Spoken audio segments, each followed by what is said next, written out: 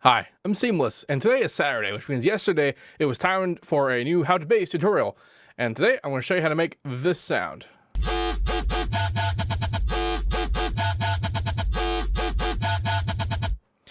This is a Serum sound. So I decided that I should take a closer look at Serum and actually do more with it. It is a very powerful plugin, and I tend not to use it mostly because I'm just not familiar with it as well as I am other plugins. So things, when I want to do stuff I already know how to do, I usually do things I know how to do it with.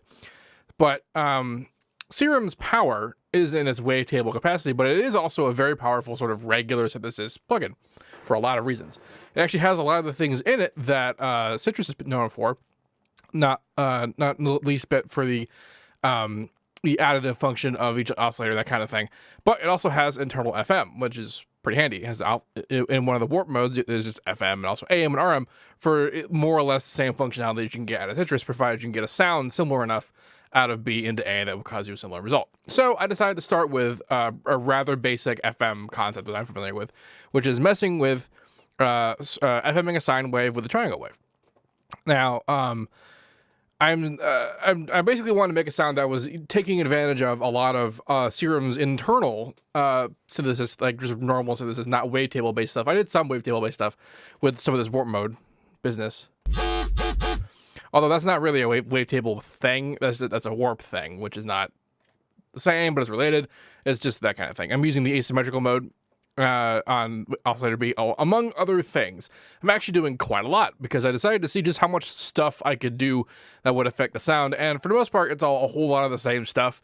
Like the hyper, flanger, phaser, and chorus all are kind of doing the same thing. They do it in very subtle different ways, and it results in different sounds, but their process and thus the way they sound added up all together wasn't necessarily fantastic.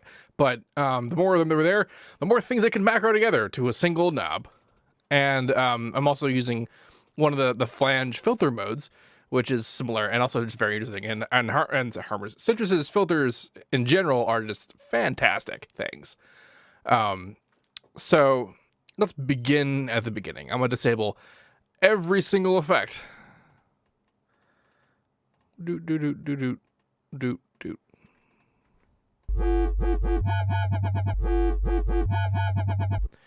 So even at this basic level, there's still some weird stuff happening. I'll turn the filter off too. And the sub for that matter. So this is what's happening. Now, already there's some interesting things happening. Most notably is that the oscillator here is pitched up 3 octaves. So normal octave level is this business.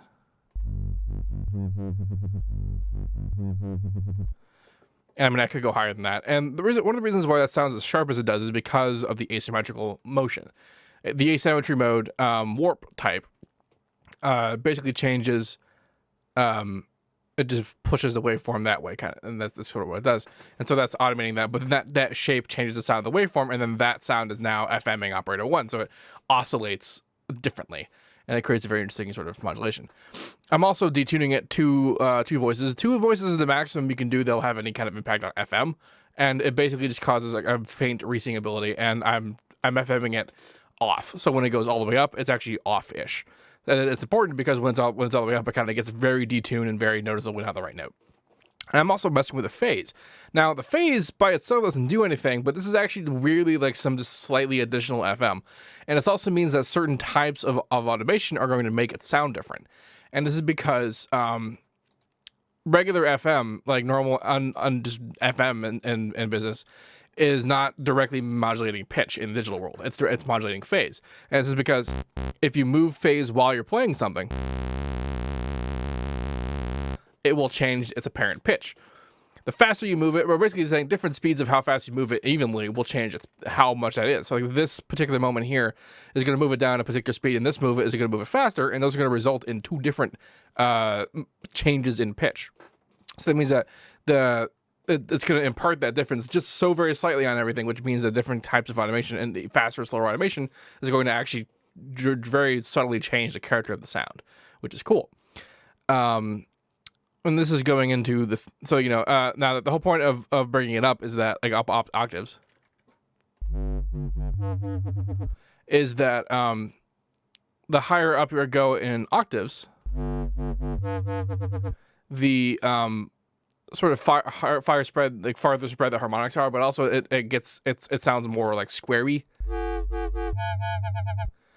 and that kind of thing. And that particular, I had to go a lot higher to get that, like, to actually sound like the correct distribution of harmonics, because the asymmetrical bending and the direct phase modulation is causing it to is causing it to kind of just have issues that are normally associated with the kind of FM that I do. So that's one of the reasons why I want to do Serum, is because it'll make me do different stuff. So this filter.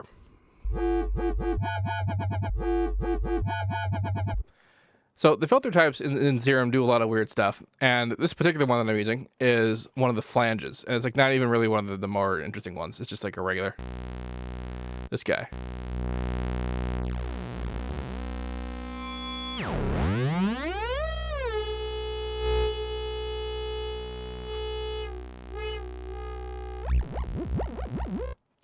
That's basically what I'm using. Now, each filter type has this pan mode, and the panning, what it does is it changes the parameter from left and right. So if you mess around with that, you can create some pretty cool stereo images, and I'm doing a little bit of that here. I'm not moving it, but it is just there to impart a bit of a difference in stereo field. That's mostly, like, what this filter is mostly accomplishing is just making it sound kind of whippy, and that imparts like a hit to it almost. It's kind of interesting. And then sub. I'm automating the volume of the sub so that it kind of goes with the automation. But nah, do what you want about that. Yeah. So then everything else happens in the effects.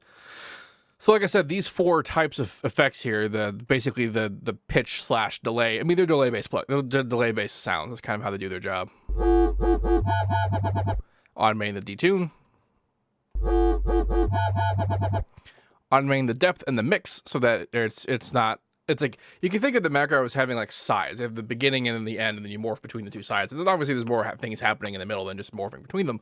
But some of these plugins, some of these effects are on or off on either side, and so that means that you're kind of going from one to the other.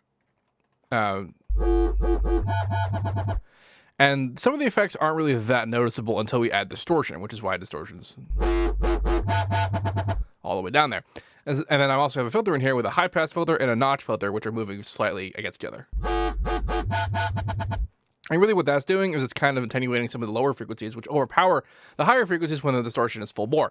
The distortion itself is also being automated on the drive, which means that the higher values have it on farther and the lower values have it on less.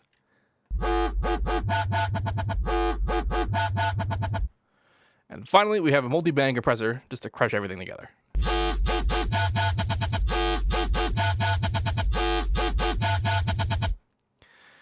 So yeah, that's basically this sound.